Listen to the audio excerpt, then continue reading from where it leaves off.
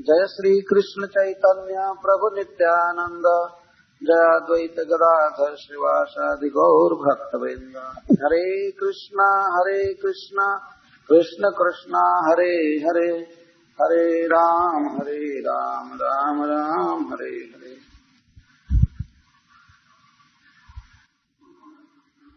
और योग माया अर्थात दुर्गा जी के रूप में दिखाई पड़ी और दुर्गा जी ने कंस से कहा कि कंस तुमको मारने वाला कहीं जन्म ले चुका है, तुम व्यर्थ बच्चों की हत्या मत करो। तो वो बड़ा प्रभावित हुआ और देवकी वसुदेव को कारागृह से मुक्त कर दिया।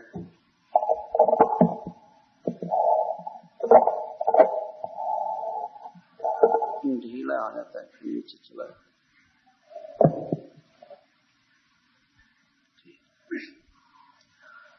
तो देवकी वसुदेव से क्षमा प्रार्थना किया कि हे बहन, हे हमारे बहनोई जी, मैं बहुत बड़ा पापी हूँ, मैं आपके बच्चों की हत्या किया। मैं नहीं जानता था कि आपके 8वें संतान के रूप में बच्ची होगी।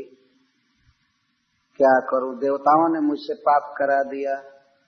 वे आकाशवाणी में कह दिए कि देवकी का 8वां गर्भ मेरा वध करेगा, और यहाँ तो देवकी का 8वां गर्भ मेरी इष्ट देवी हो गई। और दुर्गा जी का भक्त था कंस। ये असुर लोग भी भक्त होते हैं, लेकिन भगवान के नहीं, विष्णु के भक्त नहीं होते, दूसरे दूसरे देवी देवता के भक्त होते हैं। रावण शिव जी का भक्त था, हिरण्यकश्यप ब्रह्मा जी का भक्त था, कंस दुर्गा जी का भक्त था।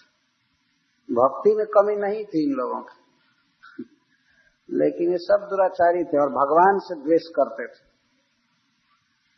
तो कंस क्षमा मांगा, उसका हृदय बदल गया, लेकिन सवेरे मंत्रियों को बुलाया कि रात में ऐसी ऐसी घटना घट गई है, देवकी का 8वां पुत्र मेरा वध नहीं करेगा, न 8वां पुत्र हुआ, वो तो पुत्री हो गई, अब हम क्या करें।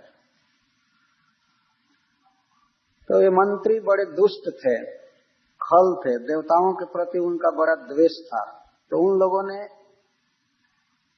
कंस को मंत्रणा दिया, कहा कि जब ऐसी बात है तो जितने भी 10 दिन के लड़के हैं, 10 दिन के बच्चे हैं, या 10 दिन से कुछ अधिक के, लगभग 1 महीने के, उन सबको मार दिया जाए।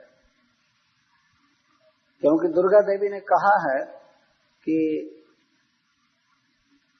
तुमको मारने वाला जन्म ले चुका है, तो यही जन्म कितना दिन लिया हुए होगा, तो 10 दिन का होगा या 10 दिन से ज्यादा का होगा। तो एक काम किया जाए कि इस मथुरा जिले के जितने भी लड़के हैं, जितने भी बच्चे हैं, 10 दिन है 1 महीना का, उनका वध कर दिया जाए, उसी में से कोई एक होगा। कंस का हृदय बदल चुका था, लेकिन दुष्ट मंत्रियों के साथ बातचीत करने से उसका हृदय बदल गया। फिर वो बच्चों की हत्या की योजना बना लिया। ठीक है, जितने भी बच्चे 10 दिन के हैं या 10 दिन से ज्यादा के हैं, उन सबका वध कर दिया जाए। चिल्ड्रन किलिंग कमीशन बन गया और उसका अध्यक्ष प्रेसिडेंट बनी पूतना। उस पर सारी जिम्मेवारी दी गई। उसने कहा कि मैं कपट से सुंदरी स्त्री का वेश बनाकर जाऊंगी और अपने स्तनों में हलाहल जहर लगाकर जितने भी बच्चे हैं उनको मैं मार दूंगी आसानी से। ये उपाय बनाया गया। तो कंस स्वयं दुष्ट था ही, और पूतना की दुष्टता का तो कहना ही नहीं। जिस दिन भगवान कृष्ण 6 दिन के थे, तो वसुदेव जी नहीं, नंद महाराज गए थे कर देने के लिए कंस को मथुरा। इसका कारण यह था कि जब भगवान कृष्ण जन्म लिए गोकुल में, तो चारों तरफ धन बढ़ गया, समृद्धि बढ़ गई, सबके घरों में रत्न भर गए, खेतों में फसलें भर गई, जो पर्वत थे वे रत्न उगलने लगे, लक्ष्मी जी मूर्तिमान ब्रज में आ गई थी भगवान के आने के साथ। नंद महाराज ने सोचा कि कंस का कोई अनुचर इधर आ जाएगा तो यह ठीक नहीं है। प्राय राज कर्मचारी घूमते रहते हैं वार्षिक कर लेने के लिए। तो नंद महाराज ने सोचा कि यदि कोई इधर कंस का अनुचर आ जाएगा, कर्मचारी आ जाएगा, तो हमारे धन को देखेगा और पता लगाएगा कि नंद को एक तत्काल पुत्र हुआ है, नंद को एक पुत्र हुआ है, तो हो सकता है कि हमारे पुत्र को भी, नंद महाराज सोच रहे हैं कि हमारे पुत्र को भी कंस मरवा सकता है, क्योंकि मैं वसुदेव जी का मित्र हूँ, भाई हूँ। उन्होंने सोचा। तो यह विचार करके वे ऐसा किए कि कई वर्षों का टैक्स क्यों नहीं मैं एडवांस जमा कर रहा हूं मथुरा, इसलिए कोई नहीं आएगा इधर। धन था ही, केवल 1 वर्ष का नहीं, 2-4 वर्ष का जो कर होता है वो मैं आगे चुका दूं, जिससे कंस का कोई आदमी हमारे ब्रज में न आने पाए। यही सोच करके वे पैसा लेकर गए चुकाने के लिए कर। कुछ गोपों के साथ गए थे तो कर चुका दिए। वे मथुरा के बाहर एक बगीचा में ठहरे हुए थे। तो वसुदेव जी उस समय अपने घर पर थे, कंस जेल से मुक्त कर दिया था। वे आए नंद महाराज से मिलने के लिए।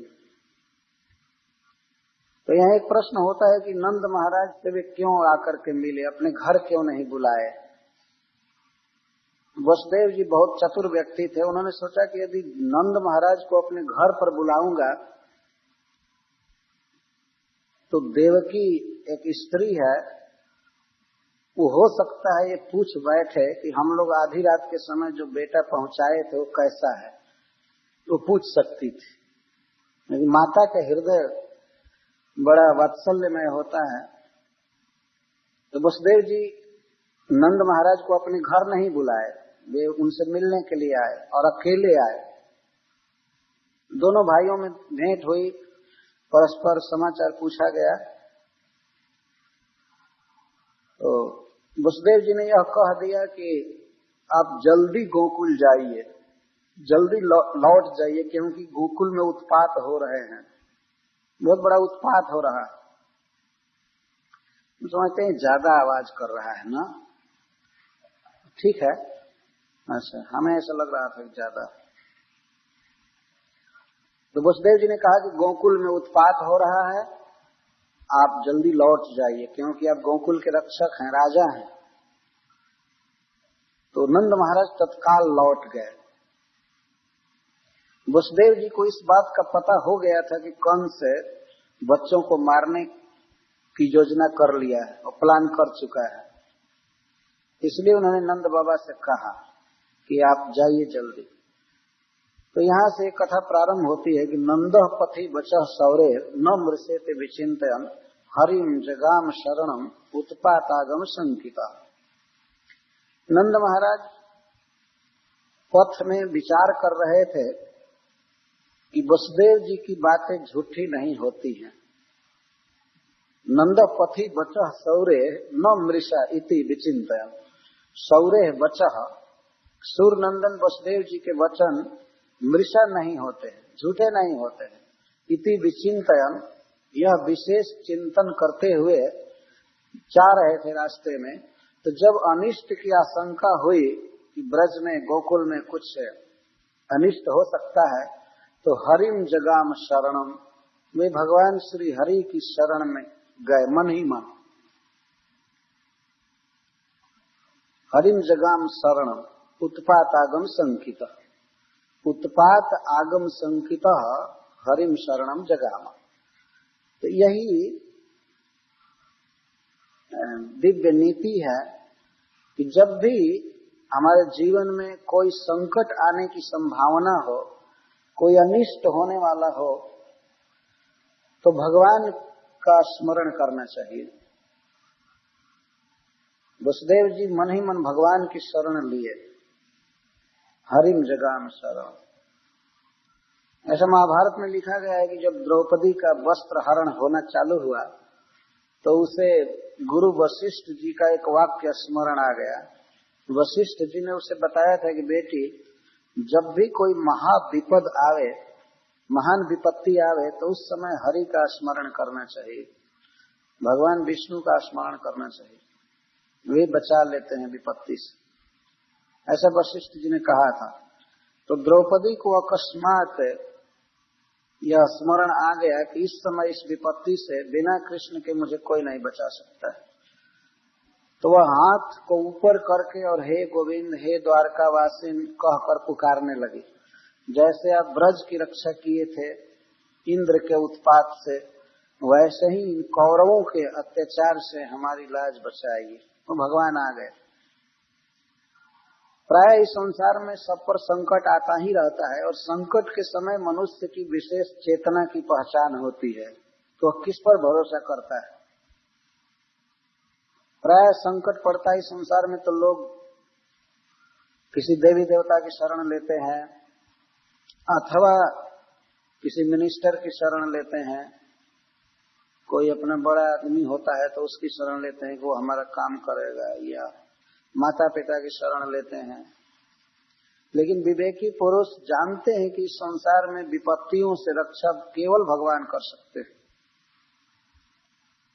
वो समस्त विपत्तियों से रहित हैं, और बाकी दूसरे लोग तो अनेक कमियों से युक्त हैं, वे क्या रक्षा करेंगे। तो बुद्धिमान व्यक्ति भगवान विष्णु की शरण लेते हैं, यह शास्त्र प्रमाण है। तो वसुदेव जी मन ही मन भगवान की शरण गए। नंद महाराज मन ही मन भगवान की शरण लिए। क्या संकट आने वाला था? वसुदेव जी ने जिसका संकेत किया था वो संकट ये था कि कंसेन प्रहिता घोरा पूतना बाल घातिनी शिशुन चचार निघ्नन्ते पुरग्राम ब्रजादिषु। कंसेन प्रहिता घोरा पूतना बाल घातिनी, एक राक्षसी थी जिसका नाम था पूतना। संस्कृत में पूत का अर्थ होता है पवित्र, और ना माने नहीं, जो पवित्र नहीं थी। श्रीपाद वल्लभाचार्य जी ये अर्थ किए हैं, जो पवित्र नहीं थी, बहुत अशुद्ध थी, राक्षसी थी। तो किसी भी मनुष्य के सद्गुण का जब वर्णन किया जाता है तो उसकी शुरुआत होती है उसके भोजन से। जो जैसा भोजन करता है उसके अनुसार ही उसकी चेतना बनती है। जेमनी अन्न तेमनी मन, बंगाल में कहते हैं जैसा अन्न होता है वैसा मन बनता है। तो ये पूतना रुधिरासना थी। रुधिर का अर्थ है खून, रक्त, और आसन माने भोजन। खून पीना इसका बड़ा प्रिय भोजन था। इस बात को तो यहाँ रहने वाले लोग आसानी से समझ जाएंगे। खून में भी गाय का खून भी लोग यहाँ पीते हैं, गाय का मांस खाते हैं। तो दूसरे रूप में कह करके थोड़ा उसकी कठोरता को ढक देता है अंग्रेजी का शब्द, गोमांस न कहकर बीफ कहते हैं। लेकिन इस तरह से मांस खाना और खून पीना यह राक्षसों का काम है वास्तव में। तो रुधिरासना थी। हमारे वैदिक समाज में भोजन के द्वारा समाज का वर्गीकरण किया गया था, भोजन द्वारा। और जितना भी वर्गीकरण हुआ है वैदिक काल में, उसमें गाय का मांस खाने वाला कोई नहीं था। तो गाय का मांस खाने वाला आदमी है ही नहीं, इसलिए उसको किसी वर्ग में नहीं रखा गया। आदमी में सबसे छोटा आदमी, छोटा मनुष्य उसको माना जाता था जो कुत्ते का मांस खाता था। उसको स्वपाक या स्वपच कहा जाता था। इस तरह भोजन के ग्रेड के अनुसार ही मनुष्य की ऊंचाई नीचाई का पता चलता था। जितने भी महान व्यक्ति थे सब वेजिटेरियन थे, सभी फर्स्ट क्लास के। और जो ऋषि मुनि हो जाते थे तो वेजिटेरियन में भी वो तो सूखा पत्ता या कुछ फल आदि खा करके जीवन निर्वाह करते थे, इसलिए और ऊंचे थे। जितना डिग्रेडेशन होता है, ग्रेड नीचे जाता है, उतना ही भोजन बिगड़ता जाता है। और उसमें मांस और खून ये सब खाना तो ये तो आदमी के वर्गीकरण से और आउट कर देता है, वो फिर मनुष्य नहीं रह जाता। तो गाय का मांस खाने वालों को मनुष्य माना ही नहीं गया है शास्त्र में, उनको राक्षस की कोटि में रखा गया है। तो इस प्रकार वो रुधिरासना थी और उसका क्रूर हृदय था। वो वध तो करती थी मनुष्यों का, लेकिन उसमें भी बाल घातिनी बच्चों का वध करती थी। बच्चों को देखकर किसी के हृदय में भी दया उत्पन्न हो जाती है। कंस स्वयं ही बाल घाती था। देवकी के अपने बहन के 6 पुत्रों की हत्या किया था आकाशवाणी सुनकर। तो यह पूतना उसी के द्वारा ट्रेंड की गई थी। बच्चों की हत्या करना कितना क्रूर हृदय है, हम लोगों के समझ से वास्तव में बाहर की बात। छोटे छोटे बच्चों को लेकर गोद में और उनको जहर दे दिया जाए मुख में और ये मर जाए, तो पूतना बाल घातिनी। लेकिन बात थोड़ी कठोर लगेगी कि पूतना के से भी भयंकर राक्षसिनियां आजकल घर घर में हो गई हैं, जो अपने गर्भ को मारती हैं। पूतना कम से कम अपने गर्भ को नहीं मारी होगी। ये अद्भुत मनुष्य समाज में पतन हुआ है। तो उसको भी ढक देते, गर्भपात न कहकर अबॉर्शन कर। जो अंग्रेजी का शब्द है वो पाप के गुरुता को, कठोरता को ढक रहा है। ये भारतीय लोग इसको समझ सकते हैं कि कितने शब्द हृदय विदारक हैं। गर्भपात क्या, गर्भहत्या सीधे कहो तो मनुष्य की हत्या है। वास्तव में पता नहीं उसमें से कौन बड़ा व्यक्ति आ रहा होगा गर्भ से, और माँ होकर भी हम अपने से अपने बच्चे को मार रहे हैं। ऐसा कोई जीव नहीं करता है। कुछ ऐसे जीव हैं जो ऐसा करते हैं, सांप अपने बच्चे को खा जाता है, कुछ मछलियां अपने बच्चे को खा जाती हैं, लेकिन मनुष्य इस तरह नहीं करता। तो पूतना खून पीने में बहुत तेज थी, बच्चों की हत्या करती चलती थी, और शिशु सचार निघ्नन थी, और खोज खोज करके बच्चों की हत्या किया करती थी। पूरा ग्राम ब्रजादि से, पूरा मतलब नगरों में, गांवों में और ब्रज में। ब्रज का अर्थ होता है अहीरों की बस्तियां, जहां गौएं रहती उनको ब्रज करते। तो सब जगह वो खोज खोज करके मारा करती थी। इस बात को सुनकर महाराज परीक्षित का शरीर कांप गया कि अरे वो ब्रज में भी पहुंचेगी। जब कंस भेजा है तो सुखदेव गोस्वामी आश्वासन देते हैं महाराज परीक्षित को कि न जत्र श्रवणादिनी रक्षो ज्ञानी स्वकर्मसु कुर्वन्ति सात्वताम भरपूर जात धान्य सतत रहे। महाराज आप चिंता मत कीजिए, इन राक्षसों का या राक्षसियों का वहीं पर प्रभाव चलता है जहां भगवान श्री कृष्ण के यश का श्रवण और कीर्तन आदि नहीं होता। तो जहां श्रवण कीर्तन होता है भगवान का, वहां भी राक्षसों का प्रभाव नहीं होता है। तो फिर जहां वे साक्षात विद्यमान है वहां क्या अनिष्ट हो सकता है। इसलिए आपको चिंता नहीं करनी चाहिए। इसके द्वारा यह सिद्ध कर रहे हैं कि पूतना स्वयं ही मारी जाएगी। ये जो गोकुल में जा रही है ये वहीं पर शरीर त्यागेगी, वहीं मरेगी। ये नहीं मार पाएगी भगवान को, या अन्य किसी भी बच्चे को नहीं मार पाएगी। ब्रज में जाने पर प्रथम बार दैव इच्छा से, भगवान की इच्छा से यह नंद भवन में चली गई। अब एक भी बच्चे को मार नहीं पाई थी। दूसरे जगह मारी थी, लेकिन नंद बाबा के ब्रज में यह प्रथम बार ही कृष्ण के पास चली गई। तो यह बहुत बड़ा आश्वासन वाक्य है। जितना भी अनिष्ट है, उत्पात है राक्षसों का, यह भूत प्रेत आदि का, यह वहां नहीं चलता है जहां भगवान का कीर्तन किया जाता है। हरे कृष्ण कृष्ण कृष्ण हरे हरे, हरे राम राम राम हरे।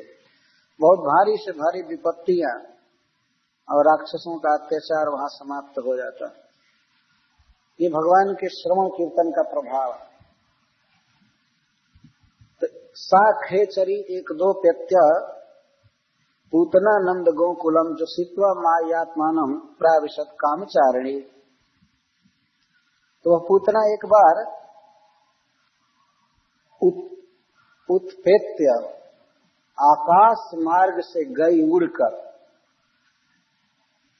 वो आकाश गामिनी भी थी, कहीं भी चल सकती थी, जल में, थल में, आकाश में, कहीं भी चल सकती थी। तो आकाश मार्ग से एक बार वो गोकुल में पहुंची।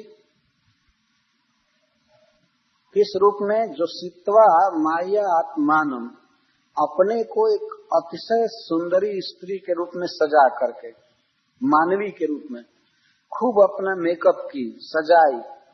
मेकअप ही नहीं कि वो अपना शरीर भी बदल ली, शरीर को बहुत सुंदर कर ली, सुंदर वस्त्र पहनी। इस पर प्रश्न होता है कि कैसे वो निर्लज्ज होकर के दूसरे के घर में जा रही थी। तो इस पर सुखदेव गोस्वामी कहते हैं कामचारिणी।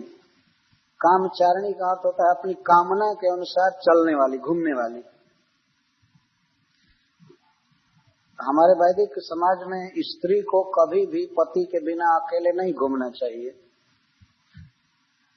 तो जो स्त्री अपनी इच्छा से घुमा करती है उसको स्वेच्छाचारिणी या कामचारिणी कहते हैं। किसी के घर में कहीं भी घूमे फिरे तो वो कामचारिणी। काम का अर्थ होता है इच्छा, कामना, जहां मन किया बस चलो चलो, इसको कामचारिणी कहो।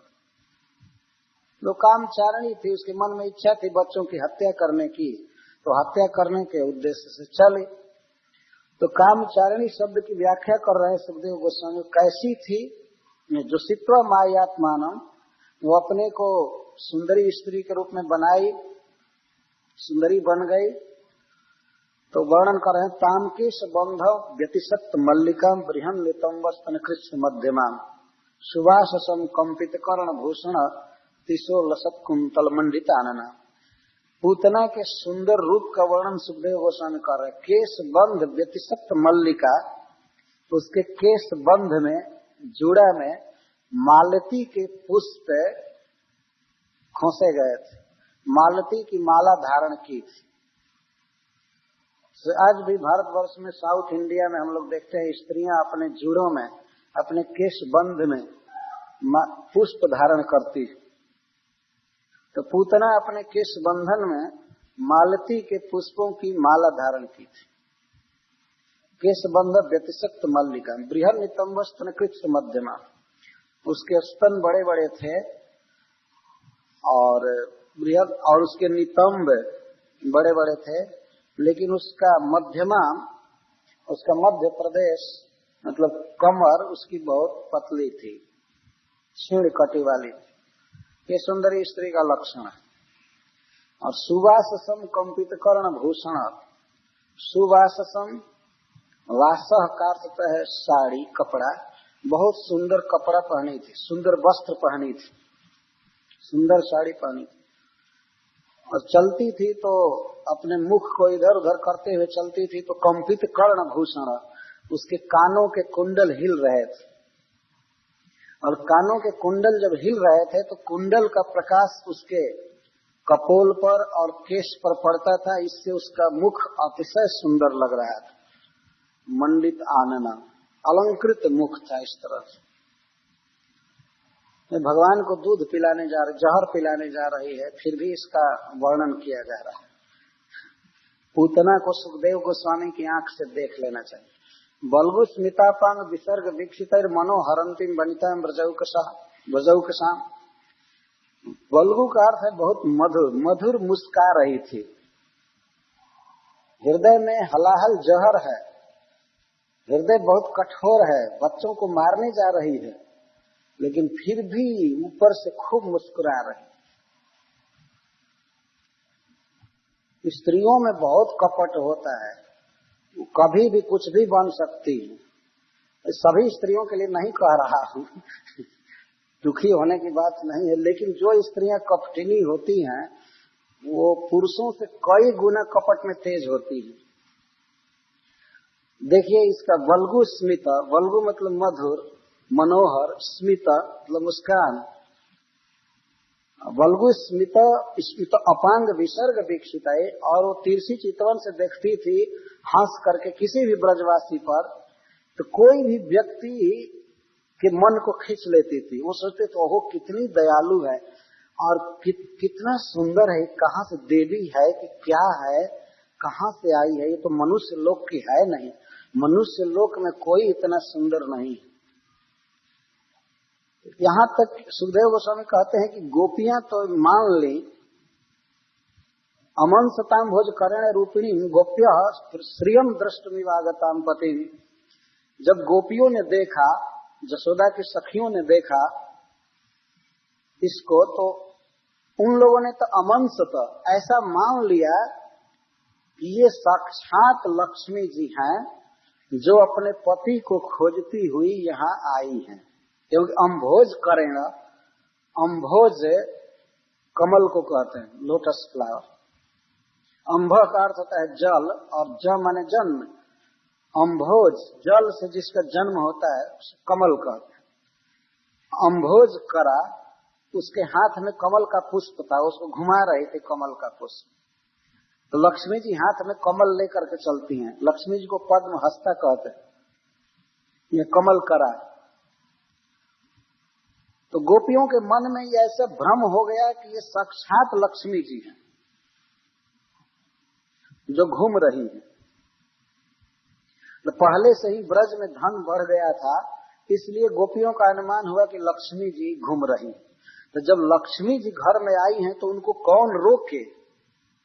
कोई रोका नहीं कि हमारे घर में मत आओ, हमारे बच्चे को मत छुओ, कोई नहीं रोक पाया।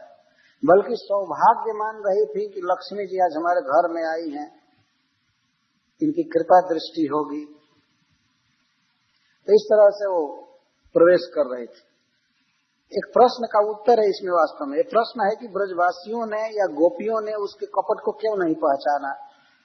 तो सुखदेव गोस्वामी कहते हैं कपट पहचानने की बात कहाँ है, उल्टे वे लोग अपना सौभाग्य मान रहे थे कि श्री जी आ गई, हाथ में कमल लेकर श्री जी आ गई। पति द्रष्टुम, अपने पति का दर्शन करने के लिए। कृष्ण को नहीं जान रहे थे कि यही पति हैं, लेकिन वे ऐसा समझ रहे थे कि मानो लक्ष्मी जी घूम रही हैं, कहीं इनके पति देव इधर उधर होंगे ब्रज में, उन्हीं को देखने के लिए आ गई। तो हमारा अहोभाग्य है कि ये हमारे घर में आई हैं। तो बालक गृहस्त्र विचिन्वती शिशु जदृक्षयानंद गृहे सदंतकम बालम प्रतीक्षण निजोरु तेजसम ददर्श तल्पे निवाहितम भसे। तो अकस्मात जदृक्षया वो नंद महाराज के भवन में प्रवेश कर गई। पहले ब्रज में घूमी, घूमते घूमते नंद भवन में प्रवेश, पहले गली में चल रही थी तो गोपियों ने समझा कि तो लक्ष्मी जी घूम रही है। तो नंद भवन में बिना किसी के बुलाए प्रवेश की। पता लगा ली थी कि नंद भवन में एक लाला हुआ है, एक बच्चा हुआ है, तो प्रवेश कर गई। तो उसने देखा बच्चे को, तो उस बच्चे का वर्णन करते हैं सुखदेव गोस्वामी, असद अंतकम, असत असताम अंतकम, जितने भी असत हैं, दुष्कृति हैं, उनका अंत करने वाला वो बच्चा कैसा था? असद अंतकम, असताम अंतकम। जितने भी दुष्ट इस संसार में होते हैं भगवान के सामने वे नहीं टिक पाते हैं। भगवान जब यहाँ आते हैं तो अपना मिशन पूरा करके चले जाते हैं। जिसको चाहते हैं मारना मार देते हैं अगर कोई पाप करता है। ऐसा नहीं कि भगवान इतना कमजोर हो जाए कि उनको ही यहाँ आने पर मार दिया जाए। भगवान इतने कमजोर नहीं है कि वे धर्म प्रचार करने आवे और उनको ही फांसी पर चढ़ा दिया जाए। वे समस्त बल के निधान है। बलम बलवताम चाहम। अब देखिए अभी 6 दिन के हैं ये, तो पूतना को मार देंगे केवल ओठों से और हाथ से और हथियार से नहीं, केवल ओठों से दबा देंगे उसके स्तन को और वो मर जाएगी। यह है भगवान का बल। हिरण्यकश्यप को नख से चीर दिए, कोई हथियार नहीं है नख। कि वज्र भी जिस पर कोई प्रहार नहीं कर पाया, प्रभाव नहीं दिखा पाया, उस हिरण्यकश्यप की छाती को भगवान ने अपने नख से चीर दिया, बात की बात में। ये भगवान का बल होता। तो असत अंतकम, असत पुरुषों का, असत लोगों का नाश करने वाले शिशु को उसने देखा। बालम, लेकिन वो बच्चे के रूप में लीला कर रहे थे। ऐसे उत्तान लेटे हुए थे पालने में, और निजोर उत्तेजसम प्रतिक्षण, प्रतिक्षण निजोर उत्तेजसम, अपने महान तेज को भगवान छिपाए हुए थे। ये सूर्य चंद्रमा और अग्नि में भी जो तेज है वो सब भगवान का है, महान तेज है, लेकिन वे अपने तेज को बाल लीला से द्वारा छिपाए थे। उस तरह से जैसे राख के भीतर आग छिपी रहती है। यहाँ तो ये सब चीज देखने को भी नहीं मिलता होगा। कैसे राख के भीतर आग छिपी रहती है, ये भारत के गांवों में हम लोग देखते हैं। बहुत प्रचंड अग्नि होती है, लेकिन बाहर राख छा जाती है, भीतर लाल लाल आग रहती है। यदि अब राख हटाइए, भस्म हटाइए तो आग दिखाई पड़ती। तो बाल लीला के आवरण में अपने अपार तेज को भगवान छिपाए थे। तो पूतना नहीं समझ रही थी और उसने एक साधारण बच्चा समझा। तो विबुद्धताम बालकमारिकाग्रहम चराचरात्मा से निमीलित क्षण। तो भगवान जान गए कि पूतना आ रही है, क्योंकि चराचरात्मा, भगवान चर और अचर सबके आत्मा है। आत्मा का अर्थ होता है अंतर्यामी, जो समस्त प्राणियों के हृदय में विराजते हैं और सब कुछ जानते हैं, उनको परमात्मा कहते हैं। हम लोग अपने देह के समाचार को जानते हैं, हमारे देह में क्या होता है हम इसको जानते हैं, लेकिन दूसरे जगह पर दूसरे के देह में क्या हो रहा है हम नहीं जानते। कि हमारे देह में कोई सुई चुभावे या कुछ कोमल चीज दे तो हम जानेंगे, लेकिन भगवान ऐसे हैं कि समस्त शरीरों में जो कुछ होता है वे सब जानते हैं। समस्त शरीरों में और अनादि काल में जो कुछ हुआ, अनंत काल तक जो कुछ होगा, जो भी हो रहा है, एक एक प्राणी के हृदय में क्या इच्छा उठ रही है, क्या उसको जरूरत है, सब कुछ भगवान जानते हैं। हम लोग नहीं जानते, हम तो अपने बारे में भी नहीं जानते। किसी से पूछा जाए कि आप 6 अगस्त को ये 7:30 बजे कहाँ थे, तो दिमाग लगाना पड़ेगा, देखना पड़ेगा, डायरी उलटना पड़ेगा कहाँ मैं था। और यह पूछ दिया जाए कि इस सेकेंड पर, इस मिनट पर आप क्या सोच रहे थे, ये तो इसमें तो मर ही जाएंगे, ये तो पता नहीं लगेगा, है कि नहीं। अपने बारे में भी हम लोग कुछ नहीं जानते, लेकिन भगवान श्री कृष्ण सबके विषय में जानते, सब कुछ कंप्लीट। वेदा हम समतीतानि वर्तमानानि चार्जुन भविष्याणि च भूतानि माम तो वेद न कश्चन। भगवान गीता में कहते हैं कि अतीत में जो कुछ हो चुका है मैं सब जानता, भविष्य में जो कुछ होगा सब मैं जानता, वर्तमान में एक एक प्राणी के हृदय में क्या संकल्प उठ रहा है, क्या सोच रहा है, सब कुछ मुझे मालूम, लेकिन मुझको कोई नहीं जानता है। माम तु वेदन कश्चन, कश्चन कोई भी मुझको नहीं जानता है। ये तो प्रकट हम लोग देखते हैं, वास्तव में भगवान कृष्ण को बहुत से लोग नहीं जानते। तो कहना ईश्वर निराकार है, तो ये है तो वो है, पता नहीं कहाँ से पता लगा लिए ईश्वर निराकार। ईश्वर तो गीता का वक्ता है, श्री भगवान वाच, ये श्री भगवान की वाणी है। तो वे कहते हैं मैं सब कुछ जानता हूं, और हम लोग तो अपने विषय में भी नहीं जानते, हम क्या सब कुछ जानेंगे। आजकल लोग वैज्ञानिकों को बड़ा श्रेय दे रहे हैं कि बड़े बुद्धिमान है, ये है वो है वो है, लेकिन किसी वैज्ञानिक से पूछिए कि तुम्हारे सिर में कितने केस हैं, वो नहीं बता पाएंगे। अपने ही सिर में कितने केस हैं ये नहीं बता सकता है कोई। ये हम जो खा रहे हैं उसमें से कितना ग्राम खून बना, कितना मल मूत्र बना, कितना मांस बना, बताओ। अपने शरीर का ही पता नहीं। लेकिन भगवान श्री कृष्ण चराचरात्मा, चराणाम अचराणाम च आत्मा अंतर्यामी, भगवान इस विश्व को भीतर से कंट्रोल कर रहे हैं, इसीलिए उनको अंतर्यामी कहते हैं। गर्भोदकशाही, कारणोदकशाही, गर्भोदकशाही, क्षीरोदकशाही, भीतर से विश्व को कंट्रोल कर रहे हैं, सबके हृदय में रहकर, समुद्र इस ब्रह्मांड के भीतर रहकर, प्रकृति के भीतर रहकर। इसको हम लोग प्रकट समझ रहे हैं, समझ सकते हैं। जो भी मोटर गाड़ियां हैं, व्हीकल्स हैं, उसको मनुष्य भीतर से कंट्रोल करता है,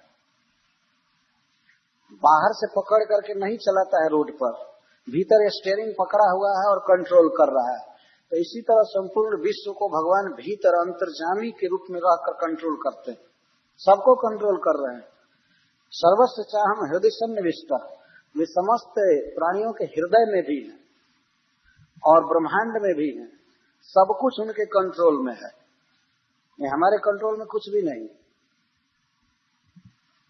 आदमी कह देता है इस समय शरीर हमारे कहने में नहीं है, प्राय लोग कहते हैं हमारा बेटा हमारे कंट्रोल से बाहर हो गया है, फिर भी सुप्रीम कंट्रोलर की शरण हम नहीं लेते।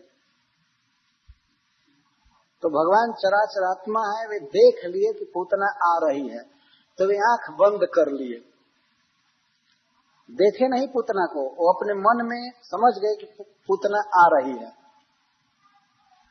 मन में देखने का मतलब है भगवान प्रकट देख रहे हैं, ऐसा नहीं है कि वे आंख बंद कर लिए तो नहीं देखते हैं। हम लोग आंख बंद कर लेते हैं तो नहीं देखेंगे, लेकिन भगवान आंख बंद किए किए ही सारे जगत को देखते हैं। ये भगवान की विशेषता है। तो वे आंख बंद कर लिए।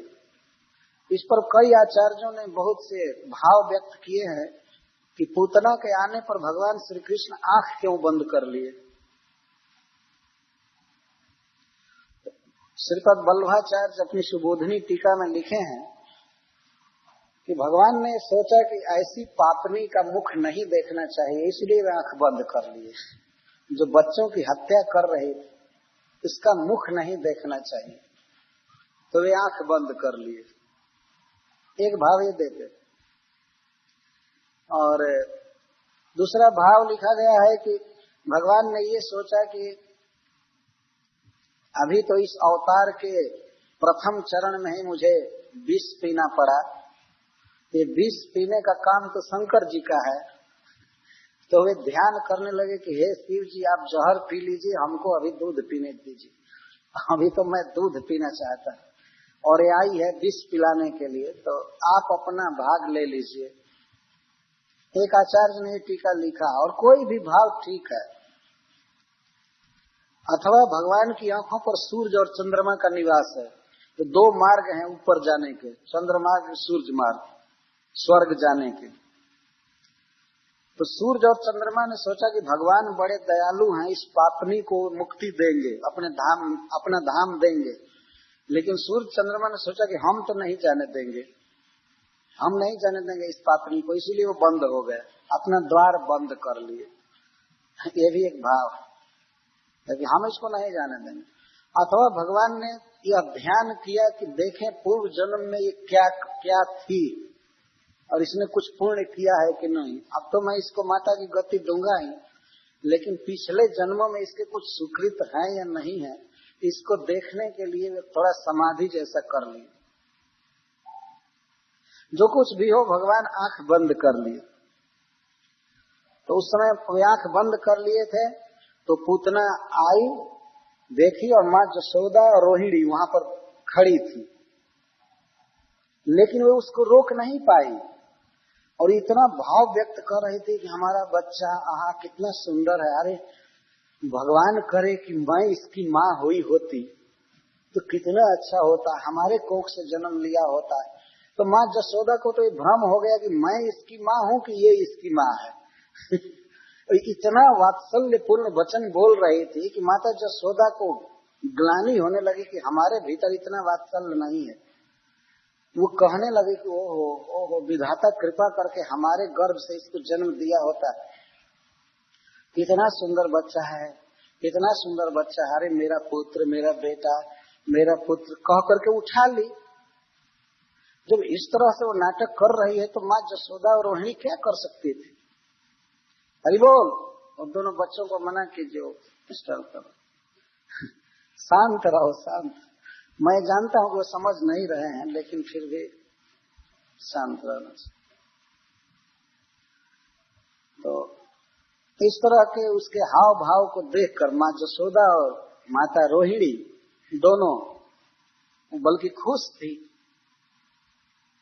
और वो आते ही उनसे पूछी नहीं, कहने लगी अरे तो मेरा बेटा रहा, हो सकता है कि पूर्व जन्म में मैं इसकी माँ रही होगी, आगे ये मेरा बेटा होगा। इस तरह की बात करते हुए बनाते हुए उठा ली, और परम सुंदरी थी। तो इस तरह से प्राय होता नहीं कि कोई भी स्त्री किसी बच्चे को उठावे और दूध पिलाने लगे। तो उठाई और दूध पिलाने लगी। प्राय नियम है कि जिस स्त्री को बच्चा होता है उसी के स्तनों में दूध होता है, और उसके स्तन में दूध था नहीं, केवल जहर स्मीयर की थी, लगाई थी। और ऐसा जहर की होठों का स्पर्श होते ही बच्चा मरता है। इतना भयानक जहर था। इसलिए इसमें दुर्जर और उल्बण शब्द का प्रयोग किया गया है।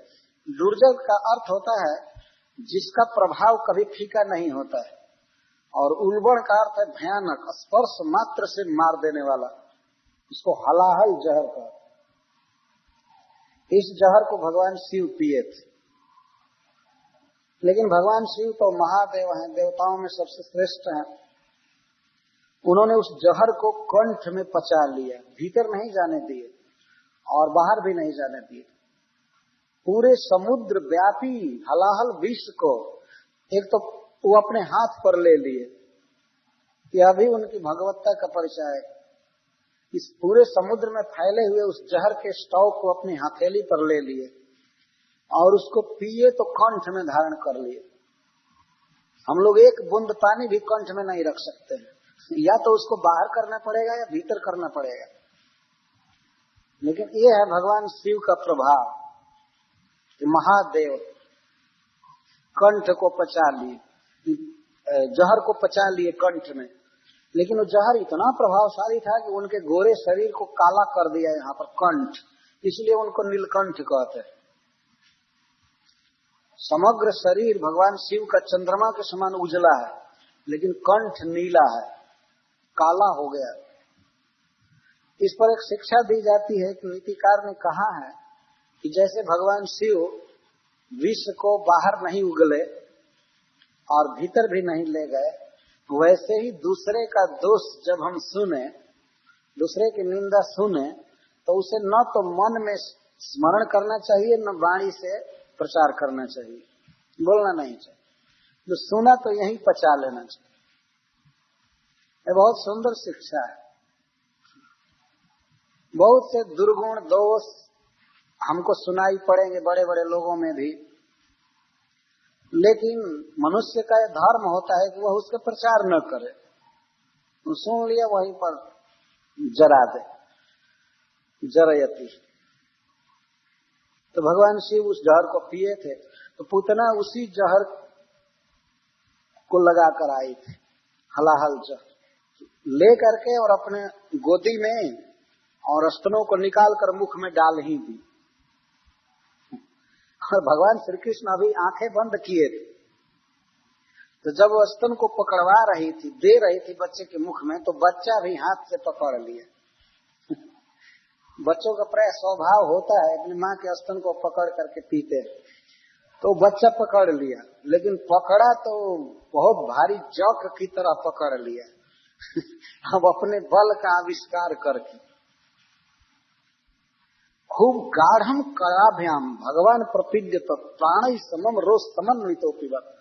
तो भगवान कृष्ण में रोष आ गया, क्रोध का आविष्कार की, रोष आ गया, क्योंकि भगवान शिव का ध्यान किए थे कि आप आइए अपना हिस्सा लीजिए। तो भगवान शिव मूर्तिमान क्रोध है, तो वो भी आ गए थे जहर पीने के लिए। रोष का अर्थ यहाँ ये है, तो रोष के साथ पीने लगे, गाढ़म कराभ्याम, और हाथों से दबा करके इतना जोर से दबाए कि दबाने से ही उसके स्तन फटने लगे, और इसके बाद ओठ लगाए, ओठों से दबाए तो प्राणों के साथ ही स्तन पीने लगे। जहर तो पी ही रहे थे, लेकिन भगवान ने मानो ये भाव व्यक्त किया कि केवल जहर पीने से मेरी तुष्टि नहीं होगी, तुम्हारा प्राण पहले पीऊंगा। और खींचने लगे जोर से, इतना जोर से होठ से दबा रहे थे। किसी भी यंत्र में उतनी ताकत नहीं है दबाने की जितना वो दबा रहे थे कड़ा। आजकल भारी भारी किरान कहते हैं मशीन बनी होती, क्रेन्स, तो सारी दुनिया का क्रेन एक में मिला दिया जाए, सबकी शक्ति और वेद जितना दबाएंगे उससे कोटि कोटि गुना अधिक हाथों से भगवान उसको दबा रहे थे और ओठों से दबा रहे थे, और इस तरह उसके प्राणों को पीना चालू किए। जब ही पीना चालू किए तो सा मुंच मुंचालमिति प्रभाषिणी निष्पिड्यमान अखिल जीव मरमरी, और उसके शरीर का एक एक अंग टूटने लगा, वो छटपटाने लगी, हाथ पीटने लगी, पैर पीटने लगी, केस बिखर गए, आय रे बाप, छोड़ रे छोड़ रे छोड़ रे। वो बच्चे को कहने लगी मुंच मुंच अलमिति, संस्कृत में लिखा हुआ है मुंच मुंच, मुंच ने छोड़ रे, अरे हो गया छोड़ रे। लेकिन कृष्ण छोड़ना जानते ही नहीं है, एक बार पकड़ लिए तो पकड़ लिए। अलमिति, और वो करे अलमिति, अरे बहुत हो गया बेटा, बहुत हो गया, छोड़ रे। तो आई है पकड़वाने के लिए, तो अब क्यों छोड़े, पूरा ग्रहण करने। इति प्रभाषिणी, बार बार बोल रही थी जोर से, प्रभाषिणी प्रकर्षण भाषिणी, बार बार बोल रही थी और जोर से। विवृत नेत्रे चरणों भुजौ मुँह, उसकी आंखें बिल्कुल खुल गईं, बाहर आ गईं, भुजा और चरण बार बार छिपती और रुरोध, अंत में जोर से रोने लगे। आय रे बाप, भाई जानी होती कि ये बच्चा इतना भयानक है तो मैं मथुरा से नहीं आई होती। हाय रे दैव, हाय रे दैव, हाय रे कंस, अरे पापी कंस। तो कंस को भी गाली देने लगे। मैं नहीं जानती थी, बाप रे बाप, इतना भयानक बच्चा इतना जोर से पकड़ा है, छोड़ रे छोड़ो। बच्चे को पीट भी रही थी हाथ पे, ऐसे मारना चाहती थी, मार रही थी, छोड़ रे छोड़े। भगवान एक जोंक की तरह पकड़ लिए थे, जलौका की तरह पकड़ लिए थे और छुड़ा रही थी, लेकिन इतना जोर से पकड़े थे वो छोड़ नहीं रहे थे। तो रो रही थी, रुरोध, वो उच्च स्वर से रोने लगी जोर से। तो उसके रोने की आवाज वज्रपात के समान हो रही थी, जैसे बिजली गिरती है, थंडर बोल्ट जैसा आवाज होता है, वैसे वो रो रही थी। तस्या स्वने नाति गभीर रंगसा सादृ महिद्य सचाल सग्रहा रसा दिशश्च प्रतिवेदिरे जना पेतौ क्षितौ वज्र निपात संकया। वो जब बोल रही थी छोड़ दे छोड़ और रो रही थी, तो उसके गंभीर स्वर से, गंभीर नाद से पर्वतों के साथ ही अब पृथ्वी हिल गई, हिलने लगी। वॉइस में भी बहुत शक्ति होती है, आवाज में, वॉइस एक्टिवेटर। आजकल देखें मशीन जो आवाज से काम करने लगती है, टेप रिकॉर्डर है, ये है, वो बोलेंगे तो काम करेगा। आवाज में इतनी शक्ति है, हमारे आवाज में, हमारे स्वर में इतनी शक्ति है कि हम टेप रिकॉर्डर चालू कर सकते हैं। लेकिन पूतना के स्वर में इतनी शक्ति थी कि पृथ्वी हिलने लगी, साद्री अद्री के साथ, पर्वतों के साथ पृथ्वी हिलने लगी, और आकाश भी ग्रहों के साथ हिल गया, पूरा स्वर्ग उसके ध्वनि से। तो केश को, हाथ पैर आदि को बिखेर करके वह गिरी।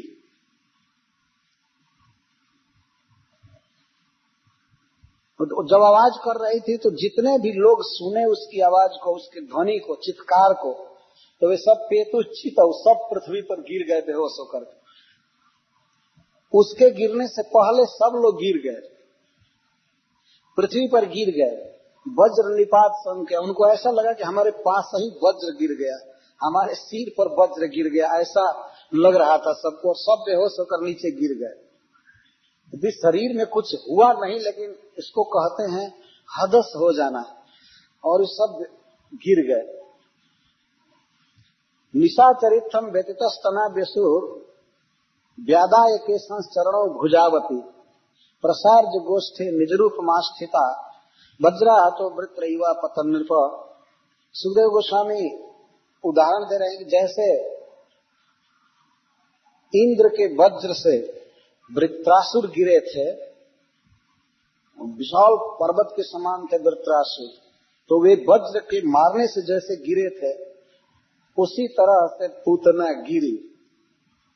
यहाँ वज्र के स्थान पर भगवान श्री कृष्ण है और वृत्रासुर के स्थान पर पूतना है। भगवान इंद्र ने वृत्रासुर को मारा था। वृत्रासुर का शरीर बहुत बड़ा था। इस विश्व में जितने भी बड़े शरीर वाले हुए हैं उनमें सबसे बड़ा वृत्रासुर था। तो उसको वज्र से मारा गया था। वो पृथ्वी पर जैसे गिरा था उसी तरह वो गिरी, और वो प्राणों को पीने से, स्तनों के दबाने से मर गई। हाथ, पैर और केस बिखेर करके और गिर गए। उसके केसों की लंबाई कुछ फरलांग थी प्रत्येक केसों, और उसके भुजा आदि तो कई माइल में फैले। यहाँ लिखा गया है नाप हूबहू। यह लिखा गया कि जब वो गिरी, पद्मानोपि तद्देह त्रिगव्युत्यंतरांतरम चूर्णयामास राजेंद्र महदासी तदद्भुतम। सुखदेव गोस्वामी कहते हैं कि जब वो गिरी तो 12 माइल में उसका शरीर फैला, 12 माइल में शरीर फैला। कुछ लोग इस पर विश्वास नहीं करेंगे और कहेंगे बढ़ा करके कहा गया है, लेकिन जब बढ़ा करके कहना होता तो 12 ही क्यों कहा जाता, कह दिया जाता कि 12,000 माइल में गिरी थी। ये सत्य है, इतिहास है, बिल्कुल नाप करके कही जा रही है बात। 12 माइल में गिरी, और 12 माइल के भीतर जितने भी वृक्ष थे सब चूर्णयामास, वो चूर्ण कर दी।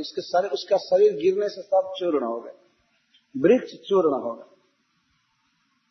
लेकिन भगवान ऐसी जगह पर पूतना को ले जाकर गिराए थे जहां पर कोई भी ब्रजवासी नहीं दब पाया, केवल वृक्ष दबे, वृक्ष चूर्ण हुए। ब्रज में आज भी वो स्थान है जहां पर उसको गिराया गया था। तो यहाँ पूतना के देह का वर्णन करते हैं सुखदेव गोस्वामी। ईशा मात्रोग्र द्रंष्टास्यम, जब मुख खुला था पूतना का तो उसके दांत कितने बड़े बड़े थे, हल के बराबर थे। हल देखें, हलधर। भागवत समझने के लिए गांव में कुछ दिन रहना जरूरी होगा। हल जो बैल खींचते हैं, हल में कई पार्ट होते हैं और उसमें एक लंबी लकड़ी होती है। तो वो जिस तरह से लंबा और टेढ़ा होता है उस तरह से भयानक उसके दांत थे, हल के समान। और ऐसे भयानक दांतों से उसका मुख और भयंकर लग रहा था। और गिरी कंदर नासिकम, उसके नाक के छेद कैसे थे जैसे पर्वत की गुफा। गिरी कंदर, तो सब शरीर के अनुरूप था। वह गिरने से पहले अपने स्वरूप में हो गई, तो उसके स्वरूप का वर्णन किया गया है। सुखदेव गोस्वामी कहते हैं निज रूप मास्थिता, वो अपने रूप में हो गई थी। पूतना ने सोचा कि अब तो मर ही रही हूं तो अब कपट करके क्या करूंगी, मरने से पहले तो कम से कम कपट छोड़ देना चाहिए। किसी भी मनुष्य को सीखना चाहिए। तो जीवन भर तो पाप किए, दुराचार किए, लेकिन मरने से पहले कुछ वर्ष तो नॉर्मल कंडीशन में आ जाए, तो अब तो भगवान का भजन कर ले। इसको निज रूपम कहते, अपने रूप में आ जाए, कुछ भजन करें। हरे कृष्णा कृष्ण कृष्ण हरे हरे, हरे राम राम राम। तो अपना रूप पूतना का ये था कि हल के समान उसके बड़े बड़े दांत थे, पर्वत के अंदर के समान, गुफा के समान उसकी नाकें थी। गंड शैलस्थनम रौद्र, और उसके स्तन कैसे थे? भारी भारी पर्वत शिखर के समान, पत्थर, भारी भारी पत्थर की चट्टान के समान उसके स्तन थे। और विशाल ताल वृक्ष से भी बड़े बड़े लंबे लंबे उसके केस थे। अंधकूप गंभीर आक्षण, और उसकी आंखें ऐसी थी जैसे अंधकार से भरा हुआ कुआं हो। अंधकार से भरा हुआ कुआं अंधकूप कहते हैं उसको। पुलिना रोह भीषणम, और उसकी जांघें जो फैली थी, जांघ थाइस, इसे ऐसा लग रहा था जैसे नदी का तट हो, पुलिन हो, इतनी बड़ी बड़ी उसकी जांघें थी। बद्ध सेतुर भुजो अंघ्री, और उसके भुजा जो फैली थी, बाह और चरण फैले थे, तो लगता था कि ये बांध बनाया गया है। बांध को इंग्लिश में क्या कहते हैं? डैम। डैम बना दिया गया, इतनी बड़ी बड़ी बाहें थी।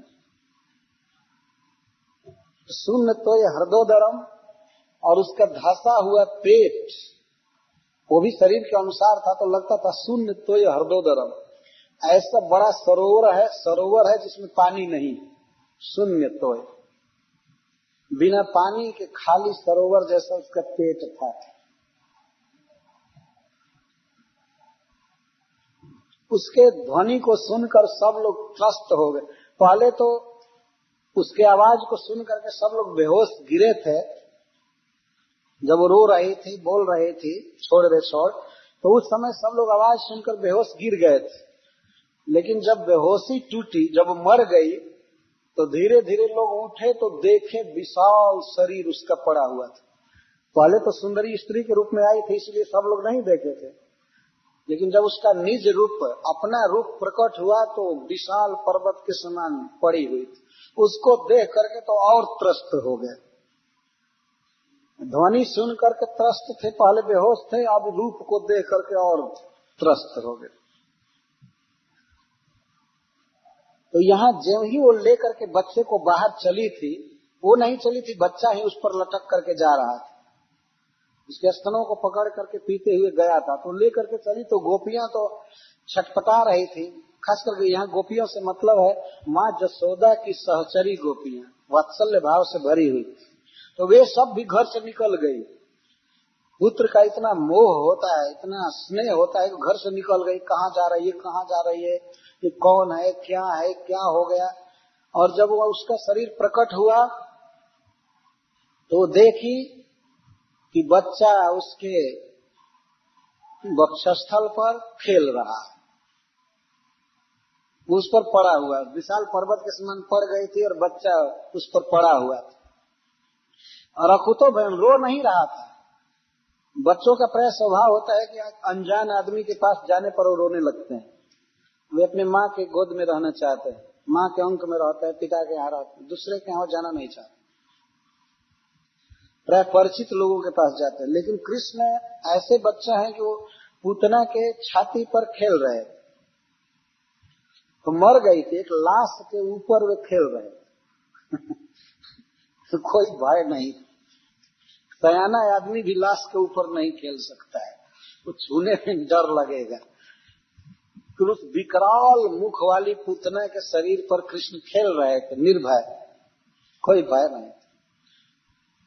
लेकिन जसोदा की सखियों को इतनी ममता थी कृष्ण में, वे तत्काल गई पूतना के देह पर चढ़ करके और बच्चे को उठा करके लाए। उस समय पूतना की भयानकता का ध्यान नहीं रहा, कृष्ण के प्रति इतनी आसक्ति है, इतना प्रेम है, स्नेह है, कि उसके कारण वो विचार भी नहीं की कि पूतना भयानक है, क्या है। वो तो केवल कृष्ण को देख रही थी और जाकर उठा करके लाई। और जसोदा तो बेचारी वो तो मूर्छित होकर के गिर गई कि हमारा बेटा कहाँ गया। वो तो गिरी थी।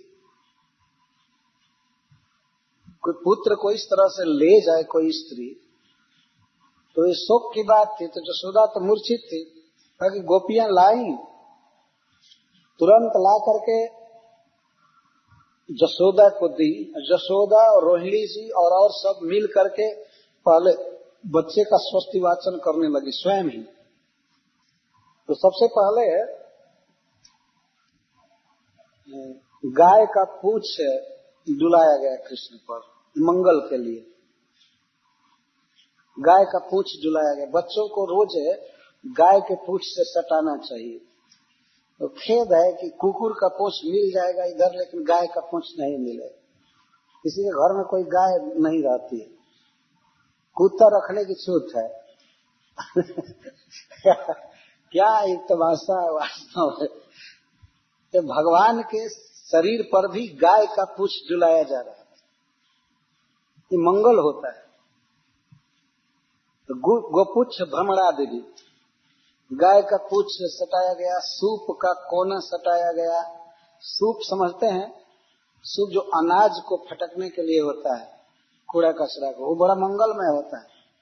तो उसके कोने को सटाया गया कृष्ण के शरीर से, गाय का पूंछ सटाया गया। गोमूत्रेण स्नापयित्वा, तुरंत गाय के मूत्र में स्नान कराया गया। कहीं कटा छटा होगा तो वो ठीक हो जाएगा। तो एक दवा है गाय का मूत्र। गाय के मूत्र से स्नान किया जाता है शुभ कर्म करने से पहले। तो उस बच्चे को गाय के मूत्र से स्नान कराया गया। कहीं कोई राक्षसी काट दी होगी, कुछ की होगी तो वो दवा हो। और पुनर्गोरज सार्वभकम, और फिर गाय के खूर के रज से मला गया देह में। बच्चे के देह में गाय का रज मला गया, इसके गाय के खूर का रज धूली।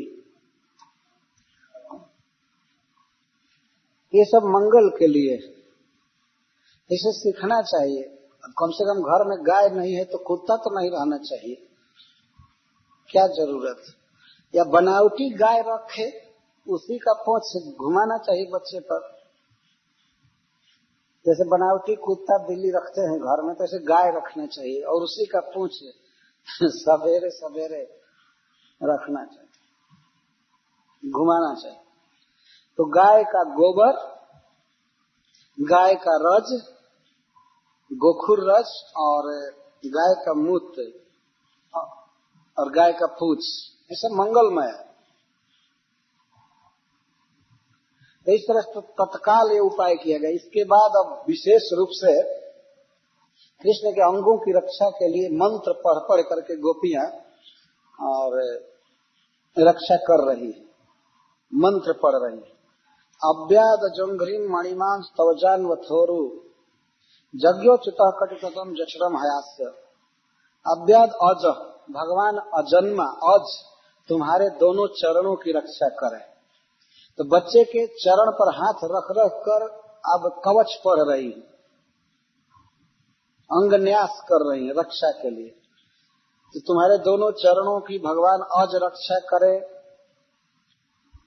और भगवान मणिमान तुम्हारे दोनों घुटनों की रक्षा करें। भगवान यज्ञ, दोनों उरु की रक्षा करें, जांघ की रक्षा करें। भगवान अच्युत कटी तट की रक्षा करें। भगवान हयग्रीव तुम्हारे जठर की, पेट की रक्षा करें।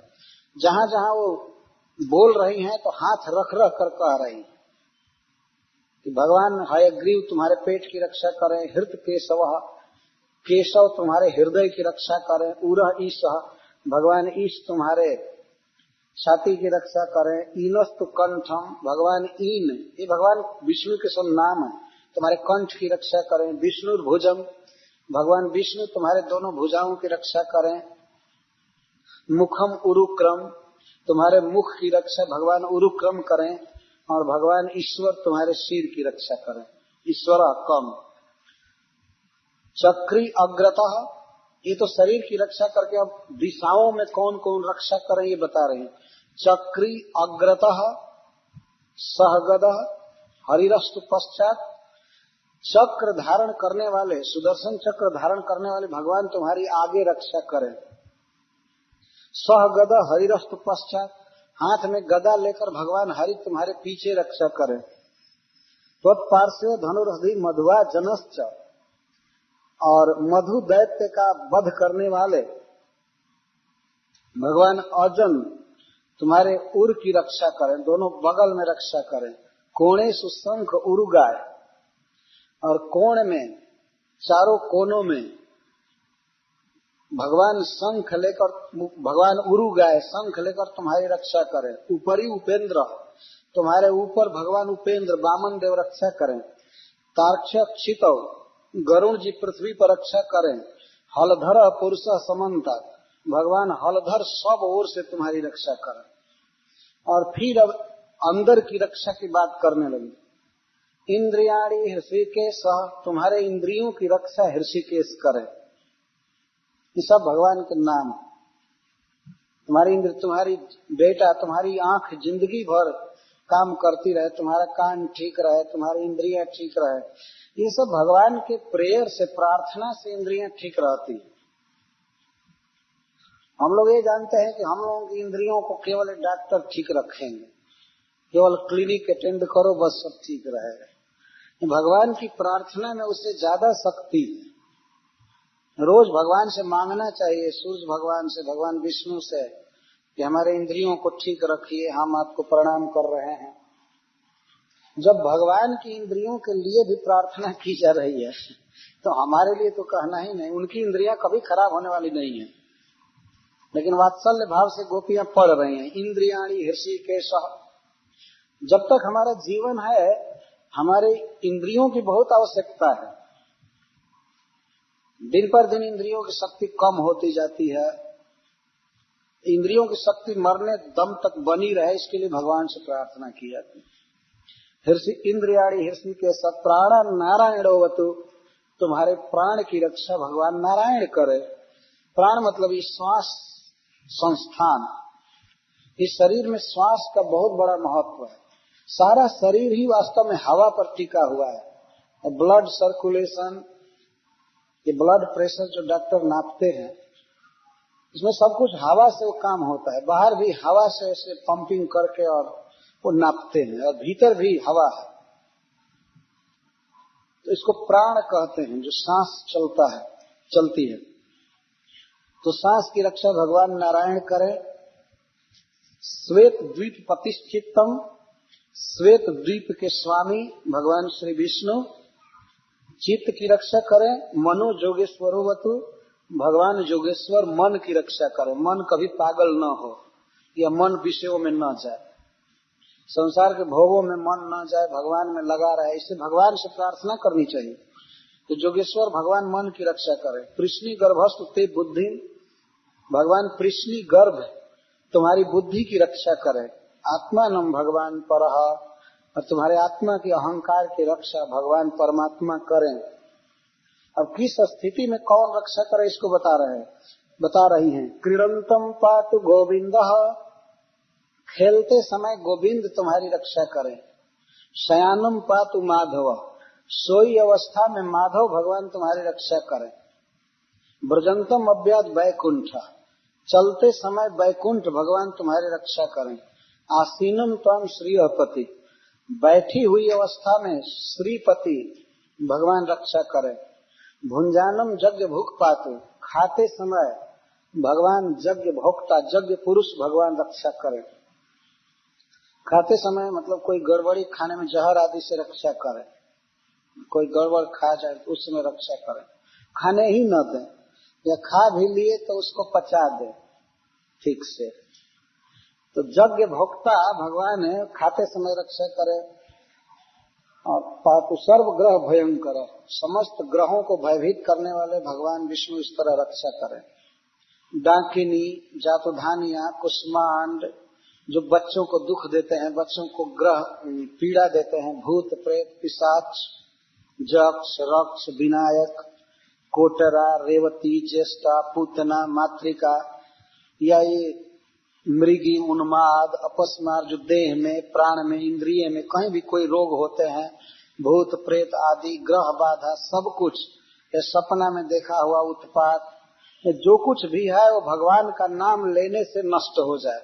सर्वे नश्यन्तु ते विष्णु नाम ग्रहण भी रवा, ये सभी ग्रह और बाधाएं भगवान का नाम लेने पर डरते हैं। हरे कृष्णा कृष्ण कृष्ण हरे हरे, हरे राम राम राम हरे। तो गोपियां कह रहे हैं कि सब कुछ ठीक हो जाए भगवान विष्णु का नाम लेने से। इसके बाद वो कीर्तन करने लगी कृष्ण को सुखी करने के लिए। तो प्रतिदिन अपने अंगों को तो छू छू कर कम से कम हमें अपनी रक्षा करनी चाहिए। हम वैष्णव लोग जो धारण करते हैं तिलक, तो इसको न्यास कहते हैं।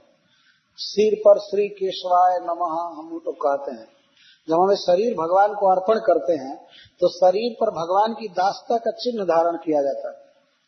हम सारा शरीर अर्पण करते हैं। यहाँ केशव भगवान विराजते हैं, नाभि पर नारायण, वक्षस्थल पर माधव और कंठ में गोविंद, यहाँ दाहिने में विष्णु, यहाँ मधुसूदन, त्रिविक्रम, वामन और श्रीधर, ऋषिकेश, पद्मनाभ, दामोदर, इस तरह 12 स्थान है।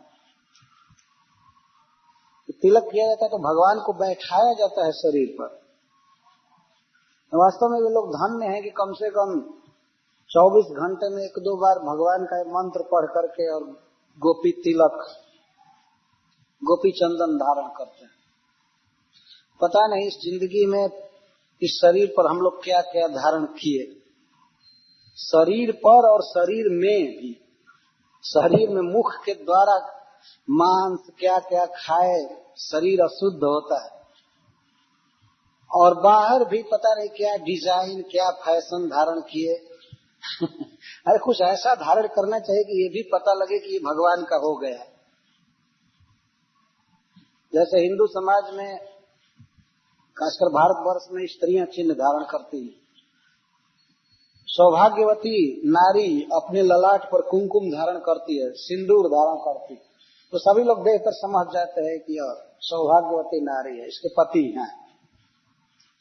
तो इस तरह हम लोगों को भी देख करके दुनिया समझे कि हाँ ये भगवान का हो गया। इसे गर्व के साथ धारण करना चाहिए। एक बार मैं तिलक करके एक डॉक्टर के पास गया था, वो विदेशी डॉक्टर थे, न्यू ऑरलियंस के। बेचारी एक नर्स पूछने लगे, ऐसे मैं लेटा था तो पूछती है व्हाट इज दिस मार्क। वो पूछी तो मैं तो अंग्रेजी उतना जानता नहीं था। मैं कहा दिस इज होली क्ले। मैं कहा दिस इज होली क्ले। तो इतने पर ही बेचारी कुछ कही नहीं, तर्क नहीं। अच्छा आओ this is Holi clay, Holi clay. तो जिज्ञासा होती है क्या है ये पेंट क्या है शरीर पर। लोग पूछते हैं व्हाट इज दिस पेंट। हम लोग बताते हैं कि ये भगवान का मंदिर है। ये मंदिर की 2 दीवालें हैं, 2 वाल्स हैं, और तुलसी के आकार में ये नींव है मंदिर की। तुलसी के आकार में नाक पर उतरता है तिलक, इसमें भगवान विराजते हैं।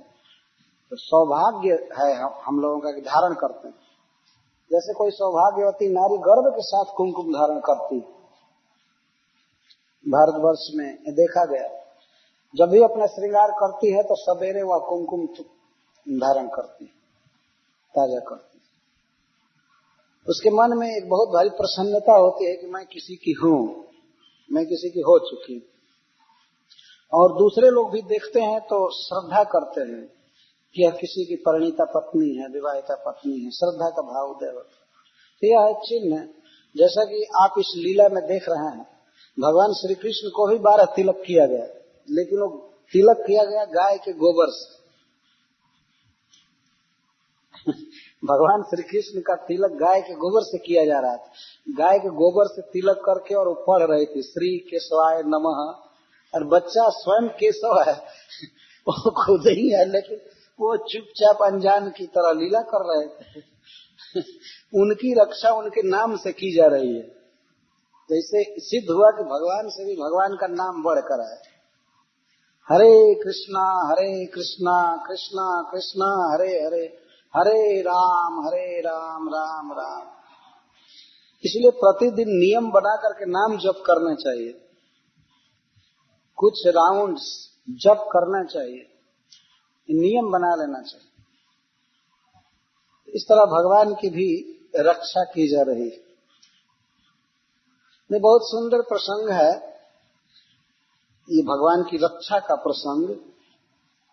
पहले हमारे वैदिक समाज में सब प्रचलित थी बातें। आजकल के लोग तो इसको जान ही नहीं सकते हैं कि गाय का गोबर क्या है और कैसे है। खोजने पर भी गोबर नहीं मिले।